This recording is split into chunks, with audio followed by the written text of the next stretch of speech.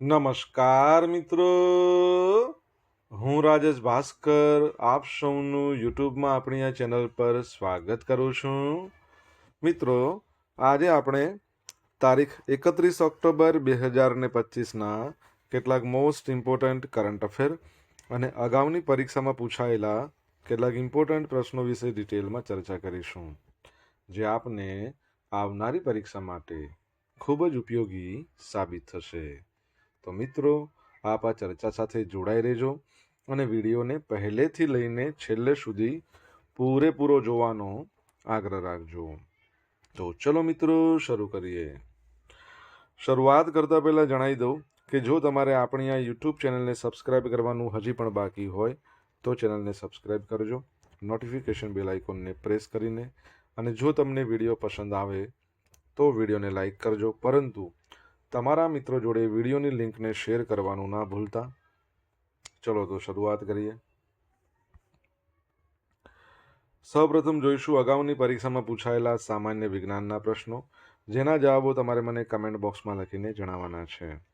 વિડીયોના લાસ્ટમાં જ્યારે હું તમને આ દરેક પ્રશ્નના જવાબ જણાવું ત્યારે તમારે ચેક કરવાનું છે કે તમે આપેલા પ્રશ્નો જવાબમાંથી કેટલા પ્રશ્નો જવાબ સાચા છે, અને જેટલા પણ પ્રશ્નો જવાબ સાચા હોય એનો આંકડો કમેન્ટમાં લખવાનો છે કે 10માંથી આટલા સાચા છે.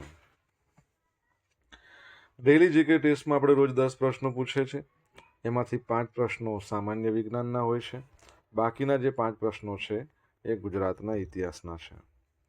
તો તમે તમારા આન્સર આપો નીચે કમેન્ટ બોક્સમાં, અને હું આજના કરંટ અફેરનો પ્રથમ પ્રશ્ન છે એની શરૂઆત કરું છું. પ્રથમ પ્રશ્ન છે કે ગુજરાત સરકાર દ્વારા વર્ષ 2025-26 માટે ક્લાઇમેટ ચેન્જ એવોર્ડ હેઠળ શૈક્ષણિક સંસ્થા શ્રેણીમાં પ્રથમ વિજેતા શાળા કઈ છે? તો જવાબ આવશે પાલજ પ્રાથમિક શાળા, Gandhinagar.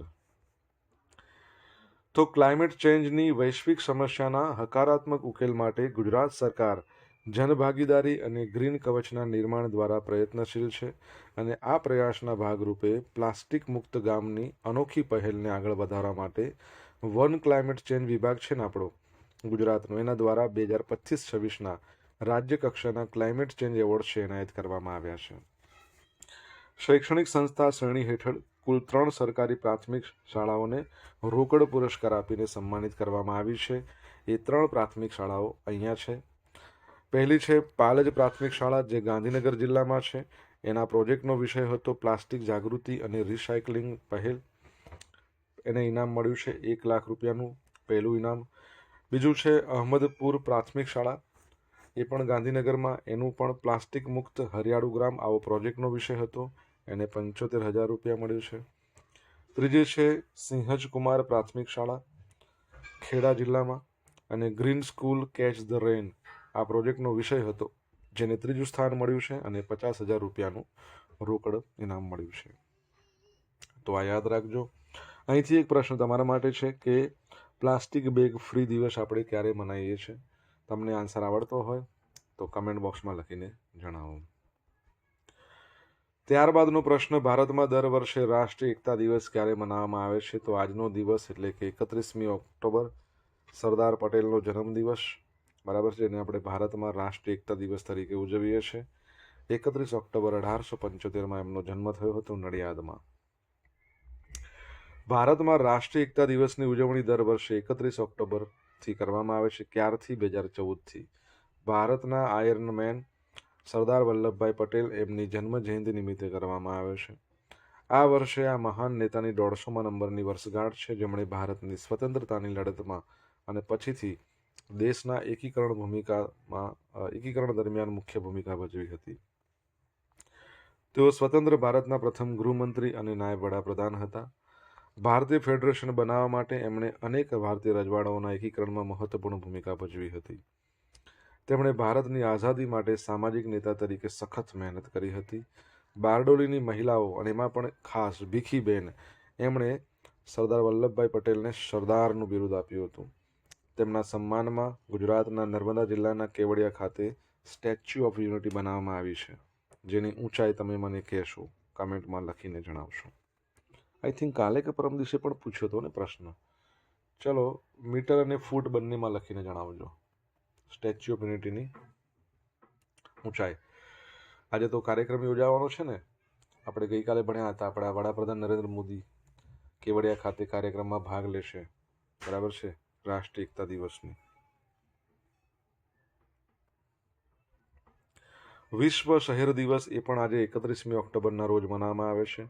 United nation general assembly દ્વારા નિયુક્ત વિશ્વ શહેરી દિવસ 31મી ઓક્ટોબરના રોજ મનાવવામાં આવતી વાર્ષિક ઉજવણી છે. આ દિવસ વૈશ્વિક શહેરીકરણમાં આંતરરાષ્ટ્રીય સમુદાયની રુચિને પ્રકાશિત કરવા, શહેરીકરણના પડકારોને ઉકેલવા માટે, રાષ્ટ્રો વચ્ચે સહકારને ઉત્તેજિત કરવા માટે અને વિશ્વભરમાં ટકાઉ શહેરી વિકાસના અનુસંધાનમાં યોગદાન આપવા માટે અનન્ય તક પૂરી પાડે છે. વર્લ્ડ સિટીઝ ડે 2014માં પ્રથમ વખત ઉજવવામાં આવ્યો હતો. ત્યારથી જ તેની વૈશ્વિક ઉજવણી થાય છે. આ વર્ષની તેની થીમ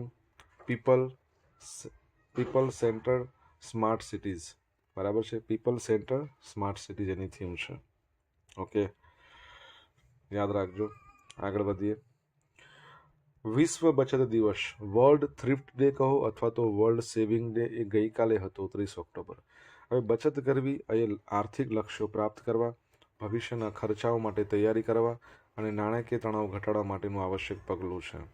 ભારતમાં આ દિવસ દર વર્ષે ઓક્ટોબર 30ના રોજ મનાવવામાં આવે છે. વૈશ્વિક સ્તરે 31મી ઓક્ટોબરના રોજ મનાવવામાં આવે છે.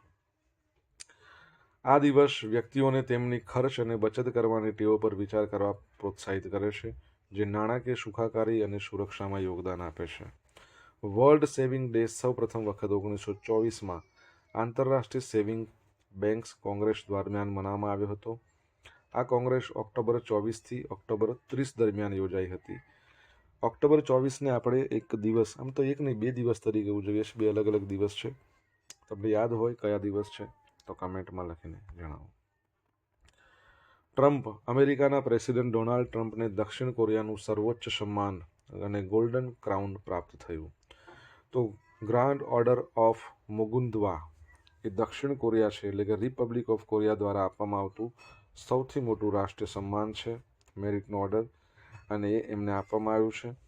આ નામનો આધાર શું છે? દક્ષિણ કોરિયાનું રાષ્ટ્રીય ફૂલ છે. શું નામ છે? મુગુન્દવા હિબિસ્કસ. કોને અપાય? મુખ્યત્વે રાષ્ટ્રપતિ, તેમના જીવનસાથી, સાથી દેશોના વડાઓ, ભૂતપૂર્વ વડાઓ જેમ કે ડોનાલ્ડ ટ્રમ્પ. મહત્વ: રાષ્ટ્રના વિકાસ અને સુરક્ષામાં ઉત્કૃષ્ટ સેવાઓ માટે એનાયત થાય છે. ટ્રમ્પને ઉત્તર કોરિયા સાથે અગાઉના પ્રયાસો બદલ શાંતિ નિર્માતા તરીકે આ સન્માન અપાયું છે. આ સન્માન મેળવનાર તેઓ પ્રથમ યુએસના પ્રમુખ છે.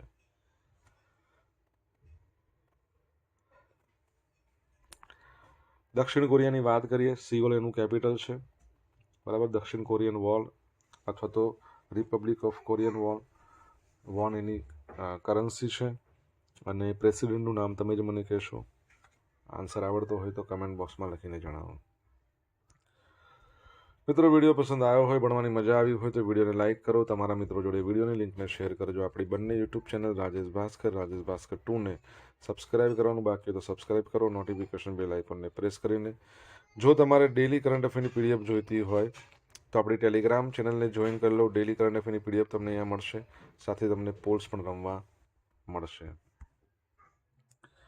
તાજેતરમાં કોના દ્વારા ઉત્તર પ્રદેશના ઇન્દિરાપુરમ સ્થિત યશોદા મેડિસિટીનું ઉદ્ઘાટન કરવામાં આવ્યું? તો જવાબ આવશે દ્રૌપદી મુર્મુ. તો આપણા રાષ્ટ્રપતિ દ્વારા આ ઉદ્ઘાટન થયું છે. તો ભારતના રાષ્ટ્રપતિ શ્રીમતી દ્રૌપદી મુર્મુ દ્વારા ઇન્દિરાપુરમ, બરાબર છે, ઉત્તર પ્રદેશમાં આવેલું છે ઇન્દિરાપુરમ, ત્યાં સ્થિત યશોદા મેડિસિટીનું ઉદ્ઘાટન કરવામાં આવ્યું છે. યશોદા મેડિસિટીના ચેરમેન PN અરોરા, એમણે આ હોસ્પિટલને ઉત્તર ભારતનું સૌથી અદ્યતન એટલે લેટેસ્ટ અને ટકાઉ multi speciality health care destination ગણાવ્યું છે. આ પ્રસંગે કેન્દ્રીય સંરક્ષણ મંત્રી રાજનાથસિંહ, યુપીના CM યોગી આદિત્યનાથ સહિત અન્ય મહાનુભાવો પણ હાજર રહ્યા હતા. આ હોસ્પિટલની ક્ષમતા 1200 બેડની છે. 65થી વધુ સ્પેશિયાલિટીઝ ઉપલબ્ધ છે. તેને નેક્સ્ટ જનરેશન ગ્રીન અને સંપૂર્ણપણે ડિજિટલ હોસ્પિટલ તરીકે તૈયાર કરવામાં આવી છે, જે LEED એ સર્ટિફિકેશન માટે રજિસ્ટર છે. ઇન્ફ્રાસ્ટ્રક્ચરમાં 22 કરતાં વધારે મોડ્યુલર ઓપરેશન થિયેટર છે. 252 કરતાં વધારે હાઈટેક મોડ્યુલર ICU છે. તેમાં કાથ એટલે કે કાર્ડિયક કેથેટરાઇઝેશન અને DSA એટલે કે ડિજિટલ સબસ્ટ્રેક્શન એન્જિયોગ્રાફી, લેબ્સ, એના સાથે અદ્યતન ઇમરજન્સી અને ટ્રોમા કમાન્ડ સિસ્ટમ પણ છે, જે તાત્કાલિક જીવન બચાવવા માટેની સંભાળ પૂરી પાડે છે. તો યાદ રાખજો, બરાબર છે. તમને ખ્યાલ હોય તો આપણે ગઈકાલે ભણ્યા હતા ને, મને કહો આપણા ભારતના જે રાષ્ટ્રપતિ શ્રીમતી દ્રૌપદી મુર્મુ છે, એમણે 2 ફાઇટર જેટ ઉડાવ્યા. કયા 2? અને એ ઉડાવનાર પ્રથમ વ્યક્તિ બન્યા છે, પ્રથમ રાષ્ટ્રપતિ બન્યા. સોરી, વ્યક્તિ ના કહેવાય, કમેન્ટમાં લખીને જણાવો. 8મા કેન્દ્રીય પગાર પંચ 8th, બરાબર, સેન્ટ્રલ પે કમિશનના અધ્યક્ષ એટલે ચેરપર્સન કોને નિયુક્ત કરવામાં આવ્યા છે? તો જસ્ટિસ રંજના પ્રકાશ દેસાઈને. ઓકે.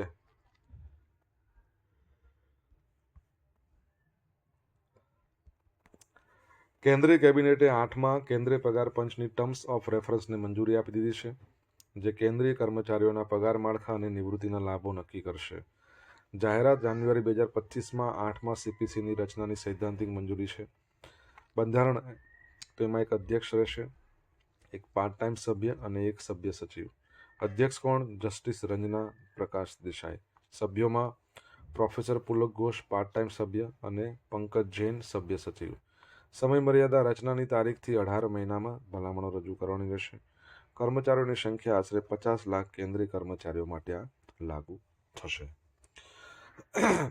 હવે 8મા સીપીસીની ભલામણો આપતી વખતે નીચેના પરિબળોને ધ્યાન રાખવા પડશે: દેશની આર્થિક સ્થિતિ અને નાણાકીય વિવેક બુદ્ધિ, વિકાસલક્ષી ખર્ચ અને કલ્યાણકારી પગલાં માટે પૂરતા સંસાધનોની ઉપલબ્ધતા, બિનફાળો આપતી પેન્શન યોજનાઓના ભંડોળ વિનાનો ખર્ચ, તેની ભલામણોને રાજ્યના નાણાં પર અસર, કેન્દ્રીય જાહેર ક્ષેત્રના ઉપક્રમો, ખાનગી ક્ષેત્રના કર્મચારીઓની હાલની મહેનતાણુનું માળખું, આ બધી વસ્તુ ધ્યાનમાં રાખવી પડશે.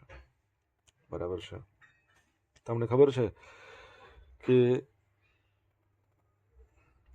એક રાજ્ય છે, બરાબર છે, એક નહીં 2 રાજ્યોના નામ તમારે કહેવાના છે, જેમાં યુસીસી, યુનિફોર્મ સિવિલ કોડ, એને રચના કરવા માટે કમિટીના અધ્યક્ષ હતા. એમણે 2 રાજ્યોના નામ કહેવાના છે. કોણ? તો જસ્ટિસ રંજના પ્રકાશ દેસાઈ. બરાબર છે. ચલો આગળ વધીએ. આયર્લેન્ડના 10મા રાષ્ટ્રપતિ તરીકે કેથરીન કોનોલીની ચૂંટણી એટલે કે જીતી ગયા છે. તો આયર્લેન્ડમાં સ્વતંત્ર ડાબેરી રાજકારણી શ્રીમતી કેથરીન કોનોલીને ભારે વિજય બાદ 10મા રાષ્ટ્રપતિ તરીકે ચૂંટવામાં આવ્યા છે. તેમણે તેમના હરીફ હીથર હમ્ફ્રીસને હરાવ્યા. તે એક અનુભવી રાજકારણી અને રાજકીય કલાકાર, અને કોનોલી 2016થી ગેલવે વેસ્ટ મત વિસ્તાર માટે સંસદ સભ્ય છે. આયરિશ સંસદના ડેપ્યુટી સ્પીકર તરીકે સેવા આપી રહ્યા છે. સત્તાવાર પરિણામોએ કોનોલીને રાષ્ટ્રપતિ તરીકે મજબૂત મતદાતા સમર્થન દર્શાવ્યું, જે આયર્લેન્ડમાં મોટા ભાગે ઔપચારિક ભૂમિકા છે. આયર્લેન્ડ, તમને ખબર છે, એનું કેપિટલ કયું છે? ડબલિન. અને કરન્સી તમારે કહેવાની છે. આન્સર આવડતો હોય તો કમેન્ટ બોક્સમાં લખીને જણાવો. સોશિયલ મીડિયાના માધ્યમથી તમે મારી સાથે કનેક્ટ રહી શકો છો. ઇન્સ્ટા આઈડી છે આપણું rajesh.i.bhaskar, ફેસબુક આઈડી છે RI ભાસ્કર, અને ટેલિગ્રામ ચેનલ છે આપણી રાજેશ ભાસ્કર, જ્યાં તમને ડેલી કરંટ અફેરની પીડીએફ મળશે અને પોલ્સ પણ રમવા મળશે. જો તમને ભણવાની મજા આવી હોય તો વિડીયોને એક લાઇક કરી દો, તમારા મિત્રો જોડે વિડીયોની લિંકને શેર કરી દો. ચેનલ સબસ્ક્રાઇબ કરવાની બાકી તો સબસ્ક્રાઇબ કરો, નોટિફિકેશન બેલ આઇકોનને પ્રેસ કરીને. તાજેતરમાં મતદાર યાદી સુધારણા SIR સ્પેશિયલ ઇન્ટેન્સિવ રિવિઝન, એનો કેટલામો તબક્કો શરૂ થયો છે? તો બીજો તબક્કો શરૂ થઈ ગયો છે. મને તમારે જણાવવાનું છે પહેલો તબક્કો કઈ જગ્યાએ શરૂ કરવામાં આવ્યો હતો. બીજા તબક્કા વિશે જોઈ લઈએ. આપણા જે મુખ્ય ચૂંટણી કમિશનર છે 26મા નંબરના જ્ઞાનેશ કુમાર, એમણે 12 રાજ્યો અને કેન્દ્રશાસિત પ્રદેશો, જેમાં ગુજરાતનો સમાવેશ થાય છે, તો એના માટે મતદાર યાદીના વિશેષ સઘન સુધારણા SIR સ્પેશિયલ ઇન્ટેન્સિવ રિવિઝનના બીજા તબક્કાની જાહેરાત કરી છે. આ તબક્કામાં લગભગ 51 કરોડ મતદારોને આવરી લેવાશે. ઝડપી સમયરેખા: પ્રારંભ ફોર્મ પ્રિન્ટિંગ અને BLO ટ્રેનિંગ 3 નવેમ્બરથી સુધી ચાલશે. ગણતરી તબક્કો 4 ડિસેમ્બર સુધી. ડ્રાફ્ટ યાદી 9 ડિસેમ્બરના રોજ, દાવા અને વાંધા 8 જાન્યુઆરી 26ના રોજ, અંતિમ યાદી 7 ફેબ્રુઆરી 2026ના રોજ. અને જો મતદારનું નામ 2003ની યાદીમાં હોય તો તેમને કોઈ વધારાના દસ્તાવેજો રજૂ કરવાની જરૂર નથી. બરાબર છે. ઓકે, તો યાદ રાખજો. આગળ વધીએ. રોહિત શર્મા આઈસીસી ઓડીઆઈ રેન્કિંગમાં નંબર 1. તો ઇન્ટરનેશનલ ક્રિકેટ કાઉન્સિલ આઈસીસી દ્વારા ઓક્ટોબર 2025માં જાહેર કરાયેલા પુરુષોના ઓડીઆઈ રેન્કિંગમાં ભારતનો દબદબો જોવા મળ્યો છે. કેપ્ટન રોહિત શર્માએ ઇતિહાસ રચી લીધો છે. રોહિત શર્મા 781 પોઈન્ટ સાથે કારકિર્દીમાં પ્રથમ વખત ઓડીઆઈ બેટિંગ રેન્કિંગમાં નંબર 1 પર આવી ગયા છે. ઉંમર એમની 38 વર્ષ છે. 38 વર્ષની ઉંમરે રોહિત આ સિદ્ધિ મેળવનાર સૌથી વૃદ્ધ ભારતીય ખેલાડી બન્યા છે. ઓસ્ટ્રેલિયા સામેની શ્રેણી પ્રદર્શનની વાત કરીએ, 33મી ઓડીઆઈ સદી એમણે મારી અને પ્લેયર ઓફ ધ સિરીઝને કારણે એમને આ ઊંચો કરવામાં આવ્યો છે. તમે જોશો તો આપણા શુભમન ગિલ છે 3જા નંબર પર, પછી તમે વિરાટ કોહલી 6ઠ્ઠા નંબર પર છે. ઓકે, શ્રેયસ અય્યર 9મા નંબર પર છે, એ પણ યાદ રાખજો. બરાબર છે. મહિલાઓમાં વાત કરીએ તો ઓડીઆઈની અંદર નંબર 1 બેટર કોણ છે? કમેન્ટમાં લખો.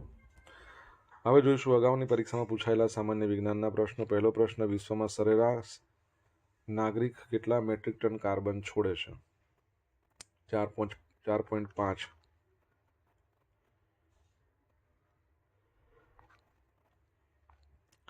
યુરિયા કયા પ્રકારનું ખાતર ગણાય? નાઇટ્રોજિનિયસ ખાતર. ખાવાના સોડાનું રાસાયણિક નામ? Sodium bicarbonate. 1 ઘન મીટર એટલે 1 કિલો લીટર. મૂળ કાપી નાખનાર કીટકોનું નિયંત્રણ જમીનમાં કઈ જંતુનાશક દવા ઉમેરીને કરી શકાય? તો ફ્લોરપાયરીફોસ. હવે જોઈશું અગાઉની પરીક્ષામાં પૂછાયેલા ગુજરાતના ઇતિહાસના પ્રશ્નો. પહેલો પ્રશ્ન, પ્રથમ કાઠિયાવાડ રાજકીય પરિષદ કોના વડપણ હેઠળ યોજાઈ હતી? તો વિઠ્ઠલભાઈ પટેલ. પ્રભુદાસ ગાંધીનું પુસ્તક જીવનનું પરોઢ ગાંધીજીના જીવનના કયા તબક્કાને રજૂ કરે છે? તો ગાંધીજીના આફ્રિકાના વાસને. સૌરાષ્ટ્રના સુધારણા ચળવળની શરૂઆત કોણે કરી હતી? તો મણિશંકર કિકાણી. સોલંકી કાળ દરમિયાન મુખ્ય વહીવટી એકમ નીચેના પૈકી કયું હતું? તો મંડલ. જૂનાગઢમાં બહાઉદ્દીન મકબરો આવેલો છે. બહાઉદ્દીન કોણ હતો? તો જૂનાગઢનો વઝીર હતો. હવે જોઈશું ગઈકાલે પૂછેલા પ્રશ્નનો જવાબ. પહેલો પ્રશ્ન, તાજેતરમાં કોની ગુજરાતના નવા મુખ્ય સચિવ તરીકે નિમણૂક થઈ છે? મનોજકુમાર દાસની. ઓડિશાને 16 વર્ષે વેઇટલિફ્ટર પ્રીતિ સ્મિતા ભોઈએ 3rd એશિયન યુથ ગેમ્સ 2025માં કઈ કેટેગરીમાં ગોલ્ડ જીત્યો? 44 કિલોગ્રામ કેટેગરીમાં. આજે પૂછેલા પ્રશ્નનો જવાબ જોઈ લઈએ. પહેલો પ્રશ્ન હતો, પ્લાસ્ટિક બેગ ફ્રી દિવસ આપણે ક્યારે મનાવીએ છીએ દર વર્ષે? તો 3 જુલાઈના રોજ. સેકન્ડ પ્રશ્ન, સ્ટેચ્યુ ઓફ યુનિટીની હાઇટ 182 મીટર અથવા તો 597 ફીટ. ત્રીજો પ્રશ્ન, 24મી ઓક્ટોબરે યુનાઇટેડ નેશન્સ ડે આપણે મનાવીએ છીએ અને પોલિયો દિવસ પણ મનાવીએ છીએ. ચોથો પ્રશ્ન, દક્ષિણ કોરિયાના પ્રેસિડેન્ટનું નામ શું છે? લી જે મ્યુંગ. 5મા નંબરનો પ્રશ્ન, આપણા રાષ્ટ્રપતિ શ્રીમતી દ્રૌપદી મુર્મુએ સુખોઈ પણ ઉડાડ્યું છે, સુખોઈ MK3I, અને રાફેલ પણ ઉડાડ્યું છે. આ ઉડાવનાર પ્રથમ રાષ્ટ્રપતિ બન્યા છે. 6ઠ્ઠા નંબરનો પ્રશ્ન, યુનિફોર્મ સિવિલ કોડ એમાં ઉત્તરાખંડ અને ગુજરાત આ બંનેની કમિટીના જે અધ્યક્ષ એટલે કે હેડ હતા એ રંજના પ્રકાશ દેસાઈ. 7મા નંબરનો પ્રશ્ન, આયર્લેન્ડ છે એની કરન્સી યુરો છે. રિપબ્લિક ઓફ આયર્લેન્ડની વાત ચાલે છે. 8મા નંબરનું કે SIRનો પ્રથમ તબક્કો બિહારમાં શરૂ થયો સક્સેસફુલી. 9મા નંબરનો પ્રશ્ન, ODI women's number 1 better Smriti Mandhana. શું છે? સ્મૃતિ મંધાના. ઓકે. હવે મિત્રો જોઈશું ગઈકાલના કરંટ અફેરમાંથી પૂછેલા કેટલાક ઇમ્પોર્ટન્ટ પ્રશ્નો જેના જવાબો તમારે કમેન્ટમાં લખવાનો છે. પહેલો પ્રશ્નનો જવાબ તો તમને આવડી ગયો. રાષ્ટ્રપતિ મુર્મુ ભારતના કયા ક્રમના રાષ્ટ્રપતિ જેમણે 2 ફાઇટર એરક્રાફ્ટના ઉડાન ભરી? તો કમેન્ટ બોક્સમાં અચૂક લખજો જવાબ. સેકન્ડ, તાજેતરમાં ભારતની હિન્દુસ્તાન એરોનોટિક્સ લિમિટેડ અને કયા દેશની PJSC યુએસસી કંપનીએ SJ-100 જેટનું ભારતમાં ઉત્પાદન કરવા માટે MOU પર હસ્તાક્ષર કર્યા છે? જો જવાબ આવડે તો કમેન્ટ બોક્સમાં લખીને જણાવજો. તો મિત્રો આ હતા આજના દિવસના કેટલાક મોસ્ટ ઇમ્પોર્ટન્ટ કરંટ અફેર. સાથે આપણે જોયું અગાઉની પરીક્ષામાં પૂછાયેલા ઇમ્પોર્ટન્ટ પ્રશ્નો એના જવાબોની સાથે. આશા રાખું બધાને ભણવાની મજા પડી હશે. મજા પડી હોય તો વિડીયોને લાઇક કરી દો, તમારા મિત્રો જોડે વિડીયોની લિંકને શેર કરી દો. આપણી બંને યુટ્યુબ ચેનલ રાજેશ ભાસ્કર 2ને સબસ્ક્રાઈબ કરી લો, નોટિફિકેશન બેલ આઇકોનને પ્રેસ કરીને. તો મિત્રો, thank you so much for watching this video. Have a nice day. જય હિન્દ, જય ભારત, જય જય ગરવી ગુજરાત.